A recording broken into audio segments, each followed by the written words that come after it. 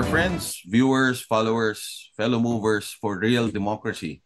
And this time I'd like to emphasize fellow movers for real democracy and development, Filipinos here and abroad. Naimbaga bigat, maayong buntag, maray na aga, mayapayabak, maupay nga aga, mapiya kapipita, sabal kair, maayong aga, magandang umaga po sa inyong lahat. Good morning. We've been trying to figure out what best to discuss this Sunday. We wanted to continue talking about elections. We wanted to continue exchanging thoughts with our candidates. But no one can ignore how the recent turn of events, the political rocus I have to describe, has affected all of us. Lahat po, kahit ang mga magkakaibigan, kahit ang magkakasama sa isang grupo o kahit sa bahay man, siyempre may kani-kanyang opinion at may kanya-kanyang kumbaga nakikita. Kumbaga, siguro mas magandang mapag-usapan ito bago pa po tayo humantong doon sa isang punto na hindi na tayo makakabalik. At mahirap yung magpalitan lang tayo dito ng mga bintang, magpalitan ng mga haka-haka, bagkus dapat talagang himayin po natin yung mga issue. Kasi at the end of the day, we're not only talking about the personalities involved. It's not just, you know, an issue, or it's not just a conflict between the president and the vice president, between the Marcoses and the Dutertes. Hindi po. Ito po ay tungkol sa ating bilang mga Pilipino, bilang Pilipinas, at higit sa lahat, sa kinabukasan po nating lahat, sa kinabukasan ng bansang Pilipinas. So siguro simulan natin, kasi dito po sa amin sa Pierce, uulitin namin, hindi naman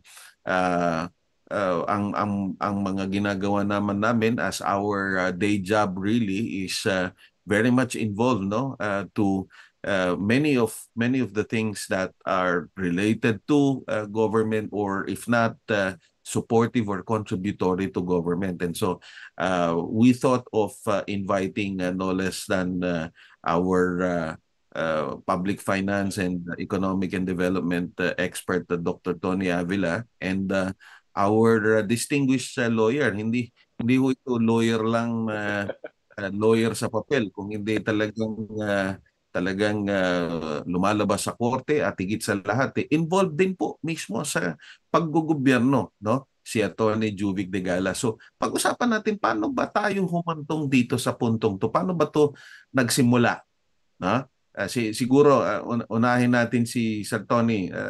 Sir Ton, sa tingin mo ba paano ba nagsimula itong problemang ito?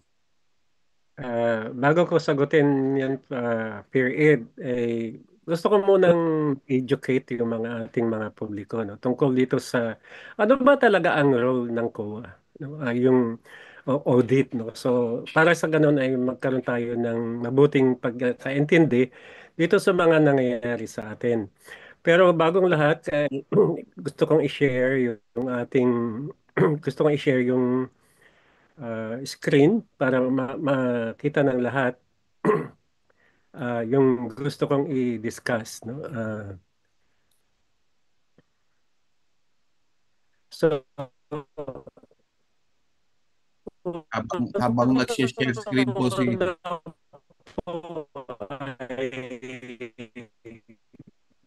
medyo nagkakaroon po tayo ng kailangan ko issue. ng disclaimer.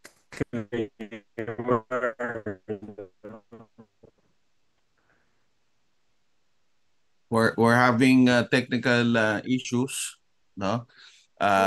Okay na ba, sir? Okay.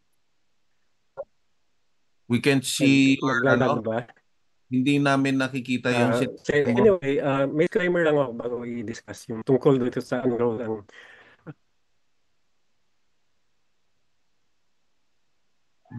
so okay, sige, stop ko na lang